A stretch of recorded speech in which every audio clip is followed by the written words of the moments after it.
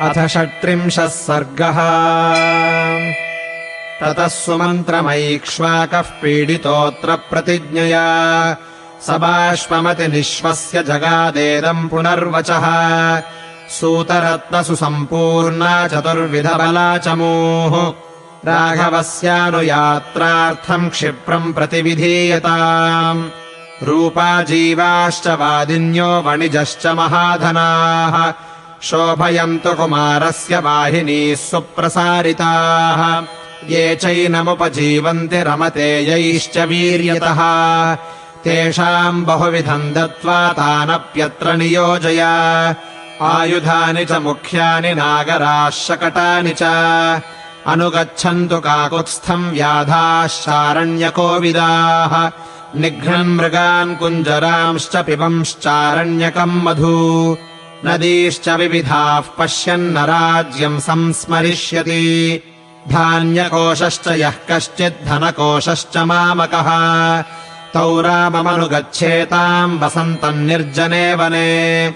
यजन् पुण्येषु देशेषु विसृजंश्चाप्तदक्षिणाः ऋषिभिश्चापि संगम्य प्रवत्स्यति सुखम् वने। भरतश्च महाबाहुरयोध्याम् पालयिष्यति सर्वकामैः पुनः श्रीमान् रामः संसाध्यतामिति। एवम् ब्रुवति काकुत्स्थे कैकेय्या भयमागतम् मुखम् चाप्यगमच्छोषम् स्वरश्चापि व्यरुध्यत।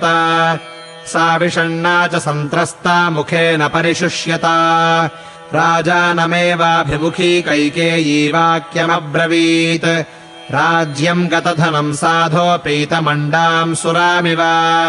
निरास्वाद्यतमम् शून्यम् भरतो नाभिपत्स्यते। कैकेय्याम् मुक्तलज्जायाम् वदन्त्यामतिदारुणम्। राजा दशरथो वाक्यमुवाचायतलोचना वहन्तम् किन्तु दसिमाम् नियुज्य धुरिमाहिते। अनार्ये कृत्यमारब्धम् किन्न पूर्वमुपारुधः। तस्यैतत्क्रोधसंयुक्तमुक्तम् श्रुत्वा वराङ्गना कैकेयी द्विगुणम् क्रुद्धा राजानमिदमब्रवीत्। तवैव वंशे सगरो ज्येष्ठपुत्रमुपारुधत् असमञ्ज इति ख्यातम् तथायम् गन्तुमर्हति। एवमुक्तोऽधिगित्येव राजा दशरथोऽब्रवीत्। व्रीडितश्च जनः सर्वः सा च तन्नावबुध्यत। तत्र वृद्धो महामात्रः सिद्धार्थो नाम नामतः शुचिर्बहुमतो राज्ञः कैकेयीमिदमब्रवीत्। असमञ्जो गृहीत्वा तु क्रीडतः पथितारकान् सरैवाम् प्रक्षिपन्नप्सु रमते तेन दुर्मतिः। तम् दृष्ट्वा नागराः सर्वे क्रुद्धा राजानमब्रुवन् असमञ्जम् वृणीष्वैकमस्मान् वा राष्ट्रवर्धन। तानुवाच ततो राजा किन्निमित्तमिदम् भयम्। ताश्चापि राज्ञा सम्पृष्टा वाक्यम् प्रकृतयो ब्रुवन्। क्रीडतस्त्वेष नः पुत्रान् बालानुद्भ्रान्तचेतसः सरैवाम् प्रक्षिपन्मौर्ख्यादतुलाम् प्रीतिमश्नुते। सतासाम् वचनम् श्रुत्वा प्रकृतीनाम् नराधिपः तम् तत्याजाहितम् पुत्रम् तासाम् प्रियचिकीर्षया। तम् यानम् शीघ्रमारोप्य सभार्यम् सपरिच्छदम् यावज्जीवम् विवास्योऽयमिति तानन्वशात् पिता। सफालपिटकम् गृह्य गिरिदुर्गाण्यलोकयत्। दिशः सर्वास्त्वनुचरन् स यथा पापकर्मकृत्। इत्येनमत्यजद्राजा सगरो वै सुधार्मिकः। रामः किमकरोत्पापम् येनैवमुपरुध्यते। न हि कञ्चन पश्यामो राघवस्यागुणम् वयम्।